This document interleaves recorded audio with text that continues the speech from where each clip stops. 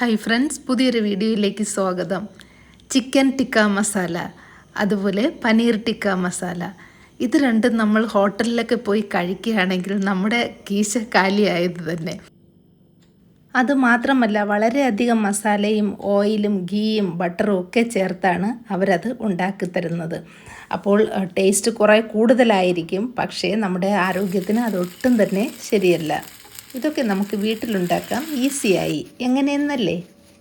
Chicken tikka ഉണ്ടാക്കാനായിട്ട് 250 gram chicken എടുത്തിട്ടുണ്ട്. Boneless ആണ്. നന്നായി കഴുകി വൃത്തിയാക്കിയ ശേഷം വെള്ളം മുഴുവനും ഇതുപോലൊരു ടിഷ്യൂയോ തുണിയോ വെച്ച് ഒപ്പിക്കളയണം. എന്നിട്ട് കുറച്ച് വലിയ പീസായിട്ട് കട്ട് ചെയ്തെടുക്കണം. ഇതിൻ്റെയൊക്കെ പേര് കേൾക്കുമ്പോൾ നമ്മൾ വിചാരിക്കും എന്തോ ഭയങ്കര സംഭവമാണെന്ന്. പക്ഷേ അങ്ങനെയൊന്നുമല്ല, നല്ല എളുപ്പമാണ് ഇതുണ്ടാക്കാനായിട്ട്.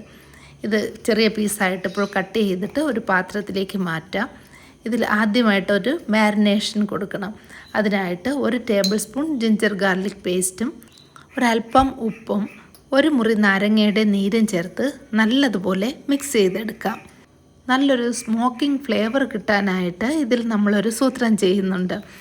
ഹോട്ടലുകളിലൊക്കെ കരിക്കട്ട കത്തിച്ച് ഒരു പാത്രത്തിലിട്ട് അടച്ചു വയ്ക്കുകയാണ് പതിവ്. അത് നമ്മുടെ ഇല്ലാത്തത് കൊണ്ട് ഇങ്ങനെ കറുവാപ്പട്ട കത്തിച്ചിട്ട് ഒരു ചെറിയ പാത്രത്തിലാക്കി ഒരല്പം നെയ്യ് ഒഴിച്ചിട്ട് ഇത് അടച്ചു വയ്ക്കുക. അരമണിക്കൂർ കഴിയുമ്പോഴേക്കും ഈ ചിക്കനിൽ നല്ലൊരു സ്മോക്കിംഗ് ഫ്ലേവർ വരും. അതുവരെ ഇത് ഇരിക്കട്ടെ. ഇപ്പോൾ അരമണിക്കൂർ കഴിഞ്ഞു. ചിക്കനിൽ ഈ സ്മോക്കിംഗ് ഫ്ലേവറൊക്കെ നന്നായി പിടിച്ചിട്ടുണ്ട്. ഇനി ഇതിലേക്ക് രണ്ടാമത്തെ മാരിനേഷനാണ്. അതിലേക്കായിട്ട് 2 ടേബിൾ സ്പൂൺ നല്ല കട്ട തൈര് എടുത്തിട്ടുണ്ട്. വാട്ടർ കണ്ടൻറ്റ് കൂടുതലുള്ള തൈരാണെങ്കിൽ കുറച്ച് നേരം ഒരു അരിപ്പയിൽ ഒഴിച്ച് വെച്ചാൽ വെള്ളം വാർന്നു പോകും. അതിനുശേഷം ഉപയോഗിക്കാം. ഇതിൽ 1/2 ടീസ്പൂൺ മഞ്ഞൾപ്പൊടി, 2 teaspoon Kashmiri chilli powder, 1 teaspoon മല്ലിപ്പൊടി, 1/2 ടീസ്പൂൺ ജീരക powder, 1 teaspoon garam masala, 1 teaspoon pepper powder, 2 teaspoon tandoori masala, കൂടാതെ 2 ടീസ്പൂൺ ചോളം പൗഡറാണ്. ഇത് വറുത്ത ചോളം പൗഡറാണ്. Corn powder, 1 tablespoon kasuri methi കയ്യിൽ ഇതുപോലെ ഒന്ന് ഞെരടിയിട്ട് ഇടാം. ഈ ചോളം മാവിന് പകരം കടലമാവ് ഉപയോഗിക്കാം. അതും വറുത്തതിന് ശേഷം ഉപയോഗിക്കാം. നന്നായിട്ടൊന്ന് മിക്സ് ചെയ്ത് കൊടുക്കാം. ഇത് കുറഞ്ഞത് 2 മണിക്കൂറെങ്കിലും ഫ്രിഡ്ജിൽ വയ്ക്കാം. ഓവർനൈറ്റ് വയ്ക്കുകയാണെങ്കിൽ അത്രയും നല്ലതാണ്. മസാലയൊക്കെ നന്നായിട്ട് പിടിച്ചിട്ടുണ്ട്. കസൂരി മേത്തിയുടെ നല്ലൊരു മണമുണ്ട്. ഇരിക്കട്ടെ. ഇപ്പോൾ 2 മണിക്കൂർ കഴിഞ്ഞു. ചിക്കനിൽ മസാലയൊക്കെ നന്നായി പിടിച്ചിരിപ്പുണ്ട്. ഇതിനി ചെറുതായിട്ടൊന്ന് ഫ്രൈ ചെയ്തെടുക്കാം. അതായത് ഓയിൽ വളരെ കുറച്ചാണ് ഞാൻ യൂസ് ചെയ്യുന്നത്. ഇത് ഒലിവ് ഓയിലാണ്. ഇതിന് പകരമായിട്ട് വെളിച്ചെണ്ണ യൂസ് ചെയ്യാം.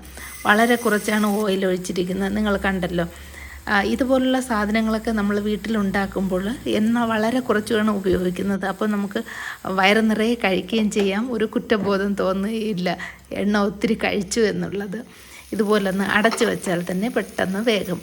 ഇത് 6 മിനിറ്റ് കഴിഞ്ഞിട്ടുണ്ട്. ലോ ഫ്ലെയിമിലായിരുന്നു വച്ചിരുന്നത്. ഇപ്പോൾ തന്നെ മസാലയൊക്കെ നന്നായിട്ട് ഫ്രൈ ആയിട്ടുണ്ട്. ഇതൊന്നൊന്ന് മറിച്ചിട്ട് കൊടുക്കാം. മറിച്ചിട്ടതിന് ശേഷം വീണ്ടും ഒരു 5 മിനിറ്റ് കൂടി വച്ചാൽ മതി. മൊത്തത്തിൽ 10-12 മിനിറ്റിൽ തന്നെ ചിക്കൻ നല്ല ഫ്രൈ ആയി കിട്ടും. ഇതൊന്ന് അടച്ചു വയ്ക്കാം.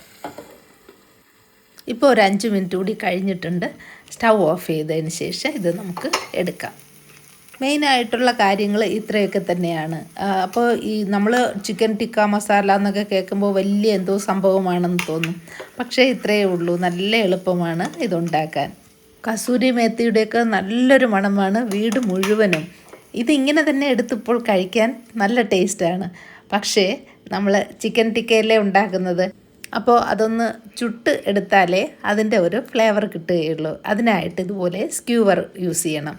സ്ക്യൂവർ ഇല്ലെങ്കിൽ സാരമില്ല, നല്ല കട്ടിയുള്ള ഈർക്കിലെടുത്താലും മതി. ഇതുപോലെ ഓരോ പീസും എടുത്ത് ഇതിൽ കോർത്തെടുക്കാം. ഈർക്കിലായാലും തീയിൽ വയ്ക്കുമ്പോൾ അത് അങ്ങനെ കത്തിപ്പോവുകയൊന്നുമില്ല. ഓവനൊക്കെ വാങ്ങുമ്പോൾ സ്റ്റീലിൽ തന്നെയുള്ള സ്ക്യൂവർ കാണും. അത് യൂസ് ചെയ്താലും മതി. ഇപ്പോൾ ഇത് 2 എണ്ണത്തിലും കോർത്തെടുത്തിട്ടുണ്ട്. ഇനി ഇത് കുറച്ചുകൂടി ഫ്ലേവർ കൂട്ടാനായിട്ട് ഒരല്പം ബട്ടർ ഇതിൽ തേച്ച് കൊടുക്കാം.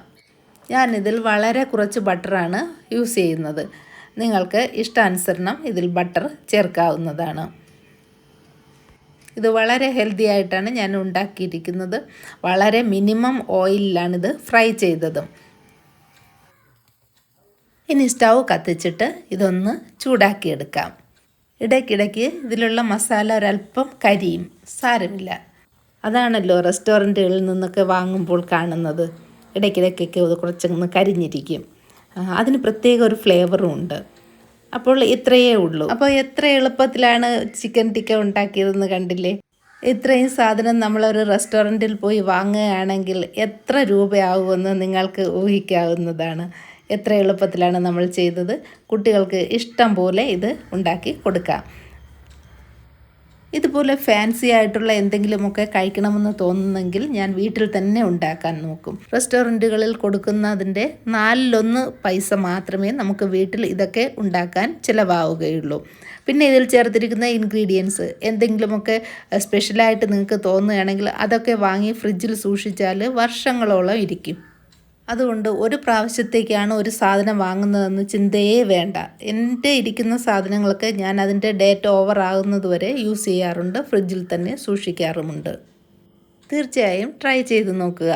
അതുപോലൊരു റെസിപ്പിയാണ് പനീർ ടിക്കയും. പനീർ ടിക്കയും നല്ല എളുപ്പമാണ് വീട്ടിലുണ്ടാക്കാൻ. അപ്പോൾ അതെങ്ങനെയാണെന്ന് കണ്ടു നോക്കാം.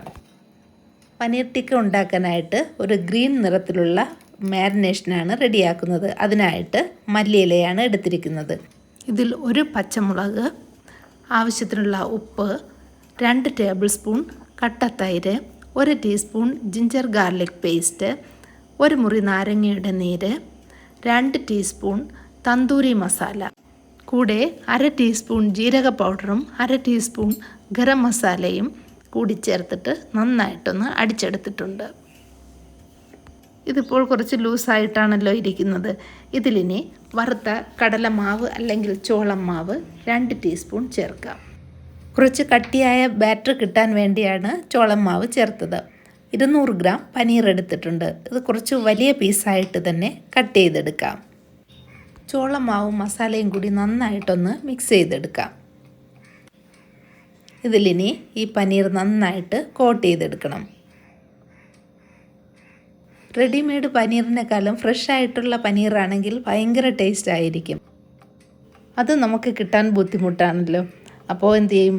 ഫ്രഷ് ആയിട്ടുള്ള പാൽ വാങ്ങിയിട്ട് തിളപ്പിച്ച് നാരങ്ങാനീരോ വിനാഗിരിയോ ചേർത്ത് പൊട്ടിച്ചെടുത്ത് പനീർ ഉണ്ടാക്കാം. ഇതിൽ കുറച്ച് കസൂരി മേത്തി കൂടി ചേർക്കണം. ഇത്തരം നോർത്ത് ഇന്ത്യൻ വിഭവങ്ങളുടെ പ്രധാന ഐറ്റമാണ് ഈ കസൂരി മേത്തി എന്നുള്ളത്. കസൂരി മേത്തിയുടെ മണമാണ് എപ്പോഴും മുന്നിട്ട് നിൽക്കുന്നത്, ഗരം മസാലയേക്കാളും കൂടുതലായിട്ട്. ഇത് നന്നായിട്ടൊന്ന് പുരട്ടി വച്ചിട്ടുണ്ട്. ഇത് 1/2 മണിക്കൂർ ഇരിക്കട്ടെ. ഇപ്പോൾ ഒരു 45 മിനിറ്റ് ആയിട്ടുണ്ട്. പാൻ ചൂടാക്കിയിട്ട് ഒലിവ് ഓയിലാണ് ഞാൻ ഒഴിച്ചത്. ഇതിന് പകരമായിട്ട് സൺഫ്ലവർ ഓയിൽ യൂസ് ചെയ്യാം. എന്നാൽ വെളിച്ചെണ്ണ ഇതിനത്ര ടേസ്റ്റ് കാണുകയില്ല. തീ നന്നായി കുറച്ച ശേഷം ഈ പനീർ ഫ്രൈ ചെയ്തെടുക്കാം. ബാക്കി ഇതിൽ കുറച്ച് മസാല അധികം വന്നിട്ടുണ്ട്.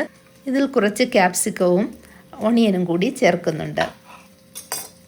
കളർഫുള്ളായിട്ടുള്ള ക്യാപ്സിക്കം ഉണ്ടെങ്കിൽ അത് ചേർത്താൽ നല്ല ഭംഗിയായിരിക്കും കാഴ്ചയിൽ. അതുപോലെ കഴിക്കാനും നല്ല ടേസ്റ്റ് ആയിരിക്കുമേ. സവാളയും കുറച്ച് വലിയ പെറ്റലായിട്ട് ഇതുപോലെ കട്ട് ചെയ്തെടുക്കാം. ഇപ്പോൾ 3-4 മിനിറ്റ് കഴിഞ്ഞു. പനീറിൻ്റെ ഒരു സൈഡൊന്ന് ഫ്രൈ ആയിട്ടുണ്ട്. ഇതുപോലെ ഇതിൻ്റെ 4 വശവും ഒന്ന് ഫ്രൈ ആക്കിയെടുക്കണം. തീ കുറച്ച് വെച്ചില്ലെങ്കിൽ ഇത് അടിയിൽ പിടിക്കും, കരിഞ്ഞു പോവുകയും ചെയ്യും. ഇതുപോലെ എല്ലാ വശവും ഒന്ന് ഫ്രൈ ചെയ്തെടുക്കാം. ഈ പനീർ ടിക്കയ്ക്ക് ഈ ഒരു ഗ്രീൻ കളർ മസാല തന്നെ വേണമെന്നില്ല. നമ്മുടെ സാധാരണ മഞ്ഞൾപ്പൊടിയും മുളക് പൊടിയും തൈരുമൊക്കെ ചേർത്ത് റെഡ് കളറിലുള്ള മസാല ഉണ്ടാക്കിയിട്ട് ഇതുപോലെ മാരിനേറ്റ് ചെയ്ത് ഫ്രൈ ചെയ്തെടുത്താൽ മതി.